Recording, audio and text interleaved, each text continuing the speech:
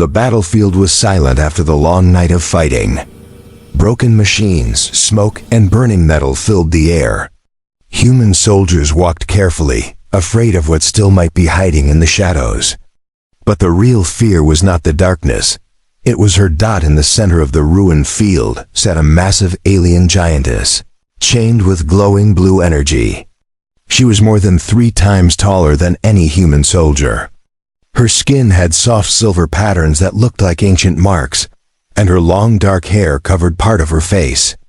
Her name, whispered with fear, was Zariah.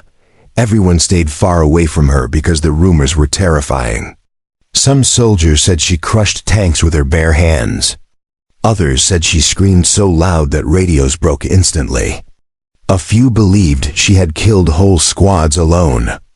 No one wanted to go near her. No one even wanted to look into her glowing blue eyes. But today, a young supply worker named Evan was ordered to bring food to all prisoners. He did not expect to see a giantess sitting in chains like a mountain. When he reached her area, the guards warned him loudly, "Stay back. She is dangerous.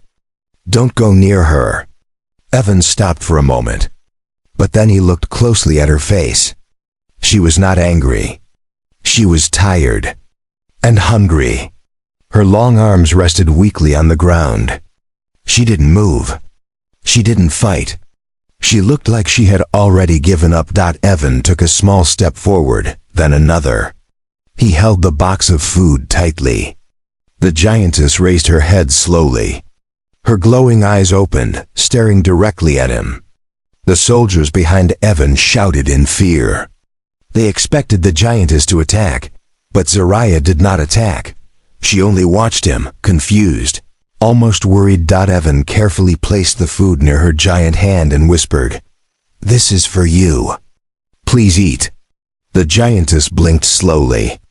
She stretched her fingers toward the food, but as soon as she touched it, the chains around her arms glowed brighter and shocked her. She flinched, pain moving across her face, but she did not push the food away.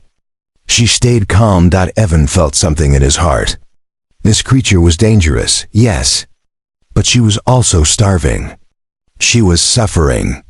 He took another step closer, ignoring the guard's warnings. The giantess turned her head slightly, watching him with surprise. Then, with her huge finger, she gently tapped the ground one time. Evan froze. The guards froze. No one knew what it meant, but Zariah did. It was a sign from her species, a gesture of gratitude. Evan's fear slowly changed into something else. Maybe she was not a monster. Maybe she was just a lone. As he turned to leave, a deep voice echoed inside his mind. He looked around, confused, but no lips had moved. The giantess was staring at him. "Human, why are you kind to your enemy?" The voice was not spoken aloud. It was telepathic. Evan's breath stopped. He realized she was speaking directly into his mind, and she had chosen him. Evan could not sleep the whole night. The telepathic voice of the giantess kept echoing inside his mind. "Human, why are you kind to your enemy?" No one had ever spoken to him like that. Not with words inside his head. Not with such quiet sadness. By morning, rumors had spread. Some soldiers said the giantess moved in the night. Others claimed her chains glowed less whenever Evan stood near her. A few believed she was trying to control him. The officers warned him strictly, "Stay away from her. One mistake and she will crush you." But Evan couldn't stop thinking about her eyes, not angry, not wild, but lonely. He decided to return, even if others called him foolish. When he reached her cage again, she sat silently, her head bowed. The soldiers guarding her stepped back as Evan approached with a tray of food. This time, the giantess lifted her gaze, even before he spoke. Her glowing blue eyes softened slightly. "You came back," her voice whispered inside his mind. Evan swallowed hard. Are you reading my thoughts?" "No," Zariah answered. "I hear only what you allow me to hear." She carefully reached for the food.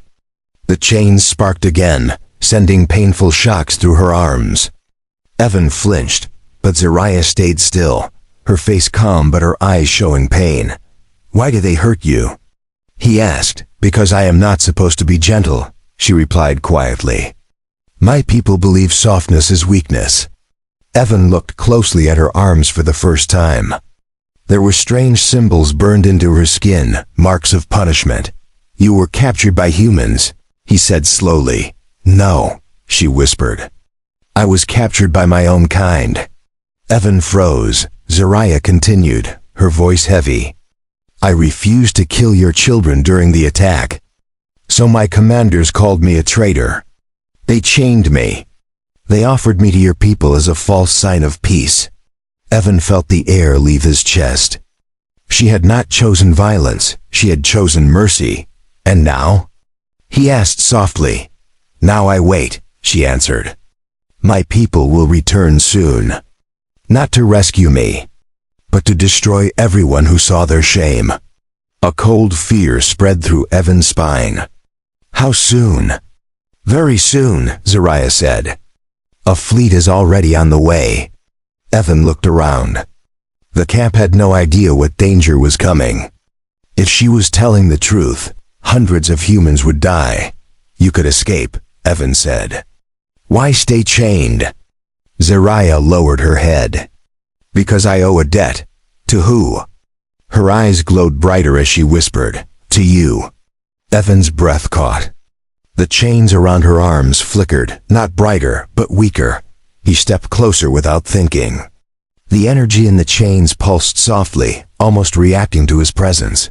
"Why is this happening?" he asked. Zariah stared at him, her voice firm and deep. "Your kindness touched something inside me. Something my people tried to kill." As she spoke, a sharp alarm shattered the air. Enemy signals detected.